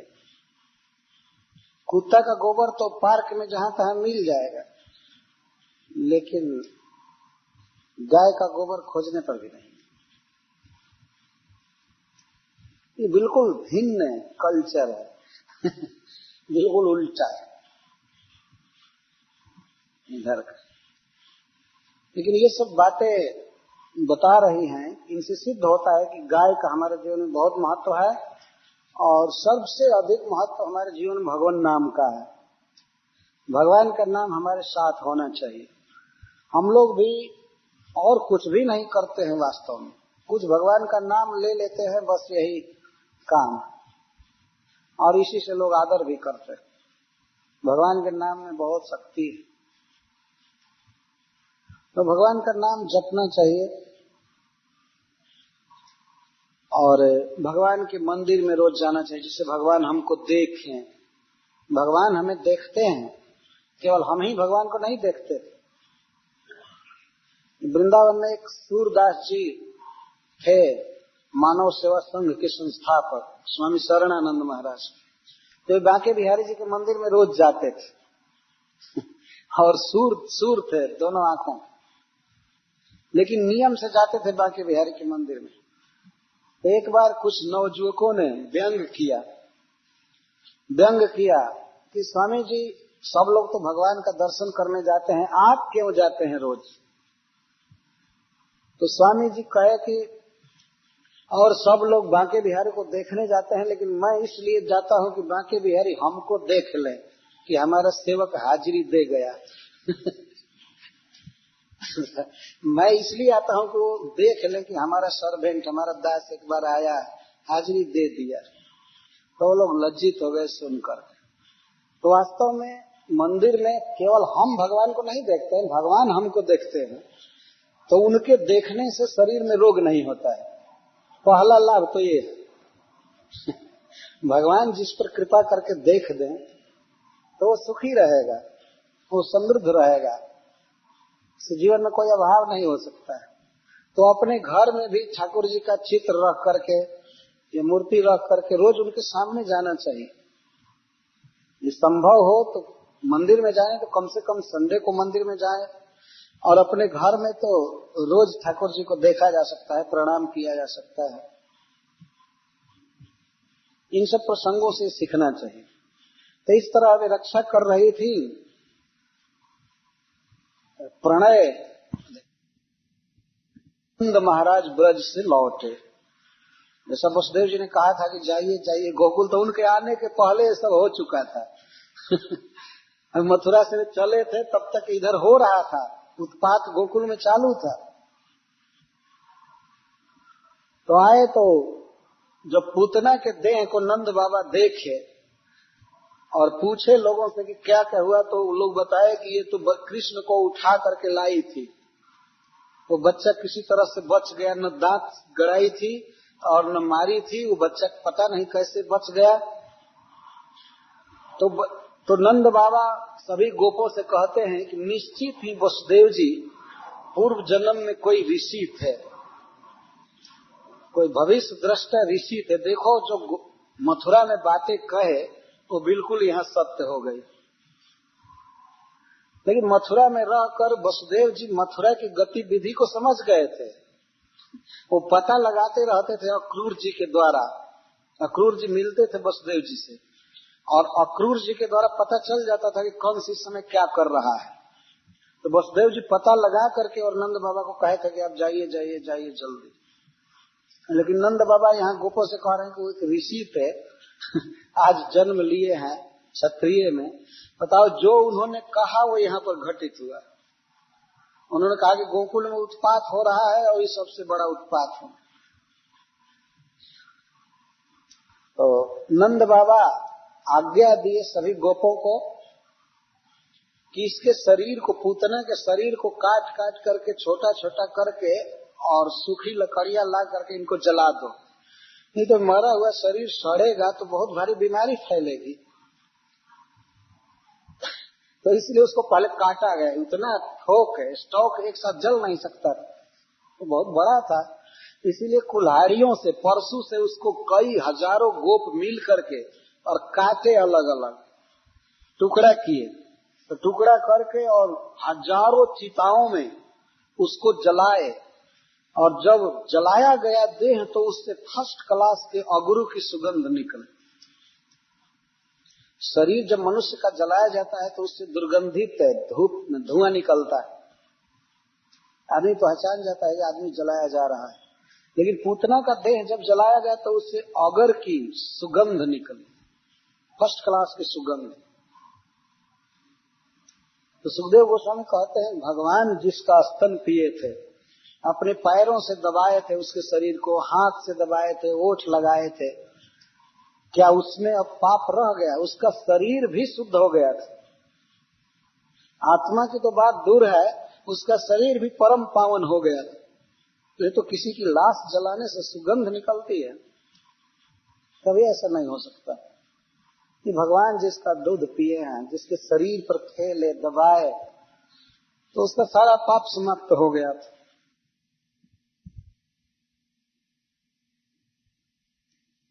जैसे हम आग को छू रहे हैं लेकिन हम नहीं जानते हैं कि ये आग है, तो आग तो अपना धर्म छोड़ेगा नहीं। आग का धर्म है जलाना, वो तो जलाएगा।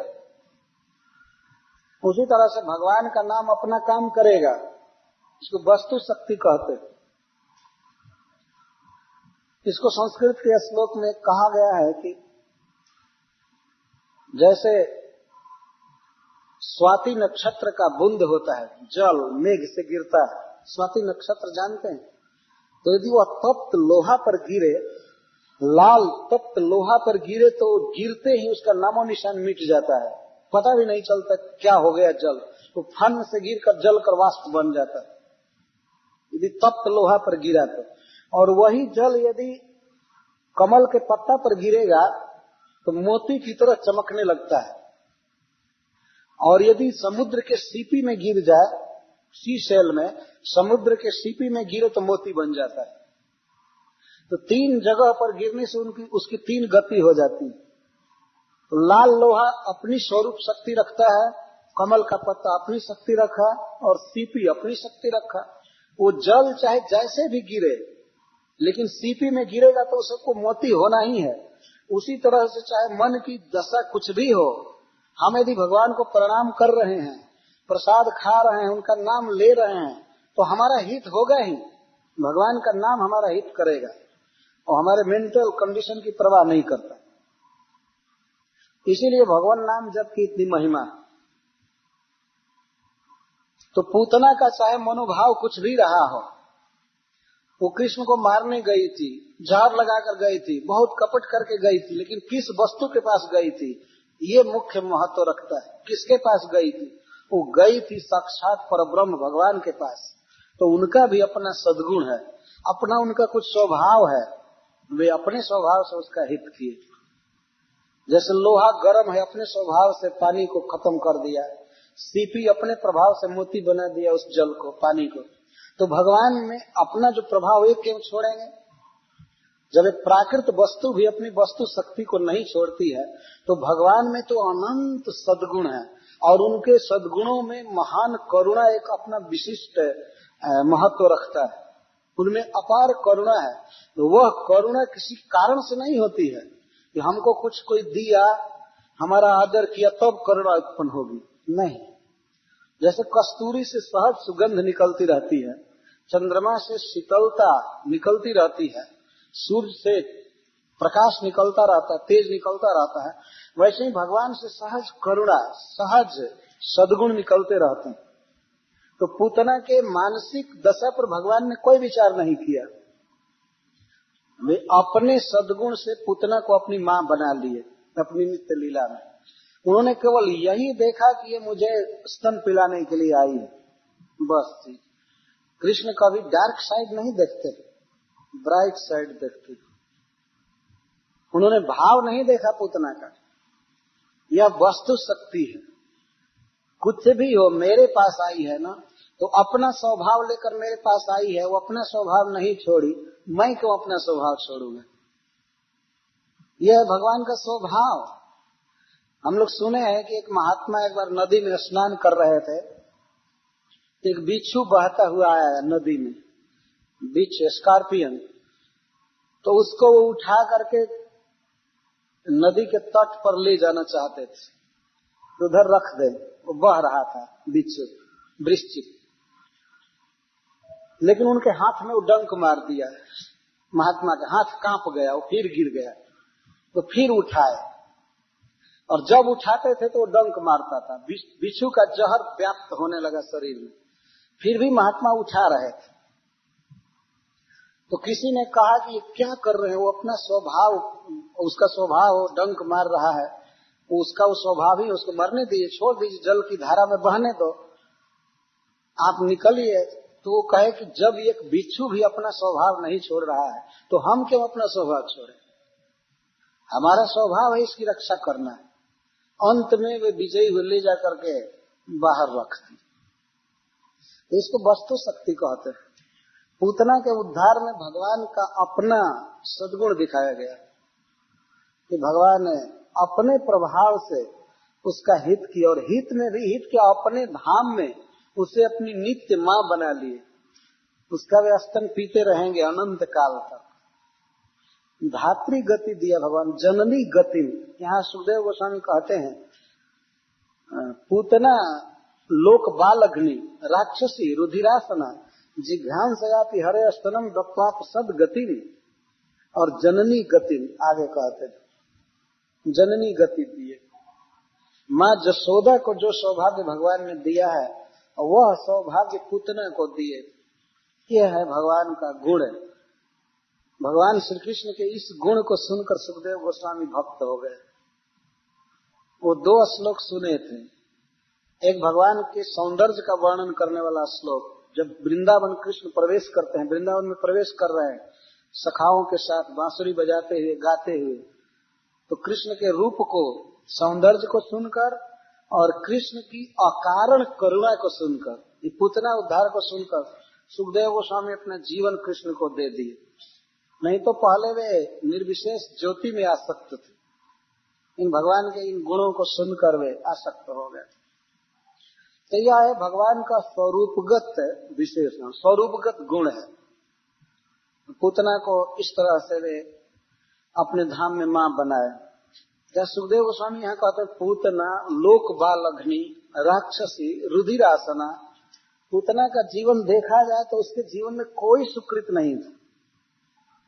राक्षसी थी, जन्म भी खराब, और रुधिरासना, भोजन भी, आचार विचार सब कुछ कंदम था, सब कुछ खत्म था उसका। लोक बालग्नि, हृदय इतना क्रूर था कि बच्चों की हत्या करती थी। प्राय राक्षस भी बच्चों की हत्या नहीं करते, उनको कुछ दया आ जाती थी, लेकिन यह तो ऐसी थी कि केवल बच्चों की हत्या करती थी।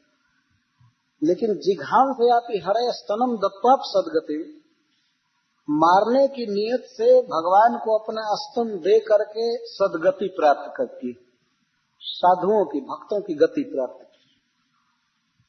हरे स्तनम दत्वा, तो इस पर सुखदेव गोस्वामी कहते हैं किम पुनः श्रद्धया भक्त्या कृष्णाय परमात्मने जच्छन प्रियतमम किम रक्त स्तन मातरोजता। जब कृष्ण को मारने की इच्छा से जहर दे करके भी पूतना मातृ गति प्राप्त की, तो फिर जो लोग श्रद्धा से श्री कृष्ण को कुछ भेंट करते हैं, कुछ देते हैं, उनकी क्या गति होगी, इसमें कौन, इसको क्या कहा जा सकता है, उनकी कितनी सदगति होगी। किम पुनः श्रद्धया, और वो भी प्रियतमम, अपनी प्रिय वस्तु कोई अर्पित करे भगवान को, फिर क्यों नहीं उसको वे अपना बनाएंगे। जब जहर देने वाले को मां बना सकते हैं, तो अपना प्रिय व्यक्ति, अपनी प्रिय वस्तु भगवान को अर्पित किया जाए तो क्यों नहीं उससे अपना बनाएंगे। बहुत सी वस्तुएं होती हैं जो मनुष्य अपने लिए भोगना चाहता है, उसको प्रिय वस्तु कहते हैं। जैसे अपनी पत्नी है सबसे प्रिय वस्तु इस संसार में, लेकिन मनुष्य का एक कर्तव्य होता है कि अपनी पत्नी को वह भगवान की सेवा में लगावे। भगवान की सेवा में लगाने का मतलब यह है कि वह कहे कि तुम प्रसाद बनाओ, तुम कृष्ण के लिए फूल गूंथो, मतलब कृष्ण की सेवा में लगाए, कृष्ण का भक्त बनावे, यह पति का कर्तव्य होता है। तो कभी कभी प्रश्न आता है हमारे सामने कि लेकिन पत्नी भक्त है और पति भक्त नहीं है, तब क्या किया जाए? पहले कुछ पत्नियां भक्त हो जाती है और पति जी को फुर्सत नहीं रहती है, अपने जॉब पर काम धंधा पर जाते हैं, वो एक माला भी जप नहीं करते। तो किसी भी स्थिति में यदि पत्नी भक्त है तो ये भी भाग्य की बात है, लेकिन धीरे धीरे पति को ऐसा करना चाहिए कि उसे आगे रहना चाहिए, नहीं तो बेइज्जती की बात है। पति का मतलब होता है वो नायक है और पत्नी लता की तरह वो आश्रित है। आश्रय को हमेशा बलवान रहना चाहिए। इसके पीछे कुछ साइंटिफिक कॉज है, वास्तव में वैज्ञानिक कारण। किसी भी विषय में पति को आगे रहना चाहिए और पत्नी को अधीन रहना चाहिए। तो अपनी पत्नी को भगवान की सेवा में लगाना, अपने पुत्र को, अपने भाई को, अपने बंधु को और अपनी वस्तुओं को। हमारे पास कोई वस्तु है, अच्छा घर है, तो घर का एक कोना भी कृष्ण को दे दे, कभी ठाकुर जी का घर है। प्राय मैं देखा हूँ यह विदेश में भी और अपने देश में भी, लोग भगवान कृष्ण के लिए या देवी देवताओं के लिए एक घर रखते हैं छोटा सा, कहते वो भगवान का घर है। मैं बेटन रूज में एक दिन एक व्यक्ति के पास गया था, तो मैं प्रणाम किया। बाहर घर में चित्र रखा हुआ था, तो एक छोटी लड़की थी, वो उत्तर भारत की थी, छोटी सी बेटी। वो हमसे कही कि भगवान का घर उधर है, आप इधर क्यों प्रणाम कर रहे हैं? मैं कहा ठीक है, यहाँ भी भगवान है, चलता है। तो छोटी सी बच्ची बताई कि भगवान का घर उधर है। तो मैं गया, वहां प्रणाम किया। वहां कृष्ण बलराम थे और भगवान के साथ साथ कुछ देवी देवता की भी मूर्तियां थी। आदर करना चाहिए देवी देवताओं का भी, लेकिन भगवान के बराबर नहीं रखना चाहिए, उनसे अल्टर में नीचे रखना चाहिए। तो इस तरह हम बहुत अच्छा घर बनाए हैं, तो उसमें घर का कुछ हिस्सा भगवान को दे। तो सारा घर भगवान का ही है, लेकिन उनके लिए प्राइवेट घर होना चाहिए, और छोटा में बिल्कुल छोटा नहीं होना चाहिए। उनको घर देना, उनको धन देना, भोजन देना, रोज जो भी खाते हैं शुद्ध चीज पहले भगवान को अर्पित करना, ये अर्पण करना। तो यहाँ प्रश्न किया जाता है किम पुनः, इसको कैमुत्य न्याय कहते हैं संस्कृत में। जैसे यह कहा जाए कि एक मनुष्य 100 क्विंटल उठाने की शक्ति रखता है, तो 100 ग्राम उठाने के विषय में तो कहना ही क्या है, किम उत। अगर 100 क्विंटल उठा सकता है तो फिर 100 ग्राम उठाने के लिए क्या कहना।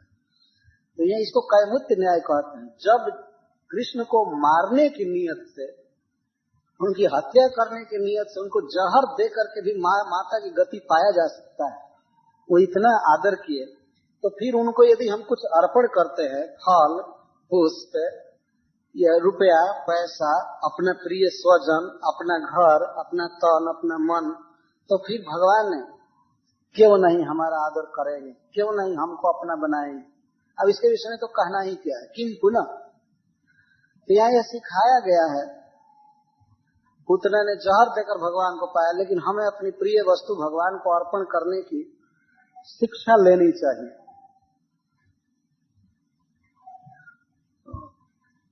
तो वह भगवान का धाम प्राप्त की, भगवान का पार्षद बन गई, मतलब माँ बन गई।